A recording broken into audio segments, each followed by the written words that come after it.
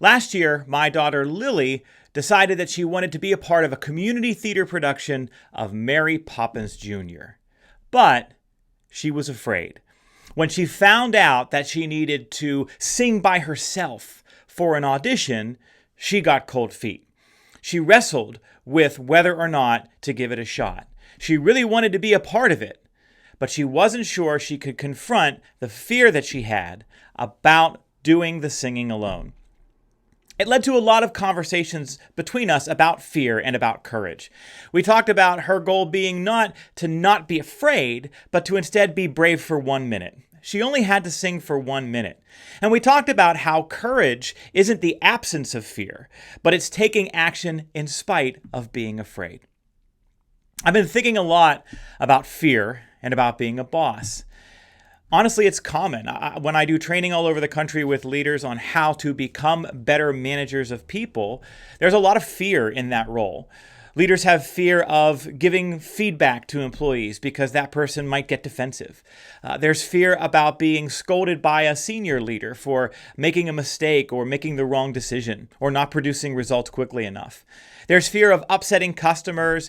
In this day and age, maybe you feel motivated to check on the folks on your team who are people of color and there's so much going on and you're afraid of saying the wrong thing or offending someone.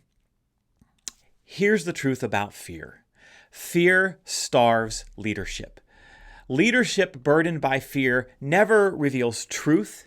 It prevents you as a leader from authenticity and honesty, and those are core ingredients to earning trust and respect.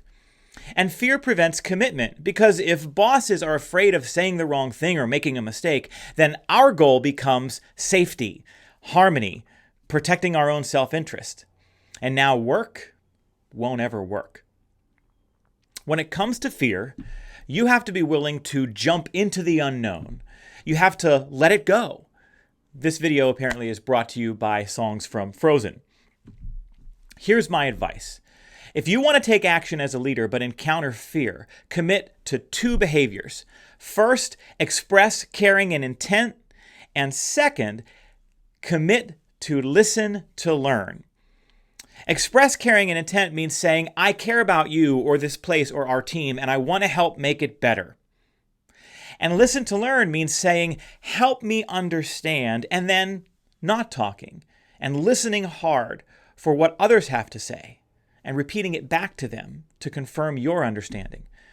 These actions, express caring and intent and listen to learn, can help you have courage in the face of fear and be brave for 1 minute. Lily ended up doing her audition. She ended up getting cast in the show and actually loved the experience of putting that show together and performing on stage. Luckily, she was able to get those performances in before the pandemic hit, and now she's learned what it means not to avoid fear, but to step into it and reach for courage. So don't be afraid to have that conversation, to say what you think, to have and enforce high standards. Leadership can be scary sometimes, but it's only when we move forward in spite of fear that we learn how to boss better. Thanks for watching. See you next time.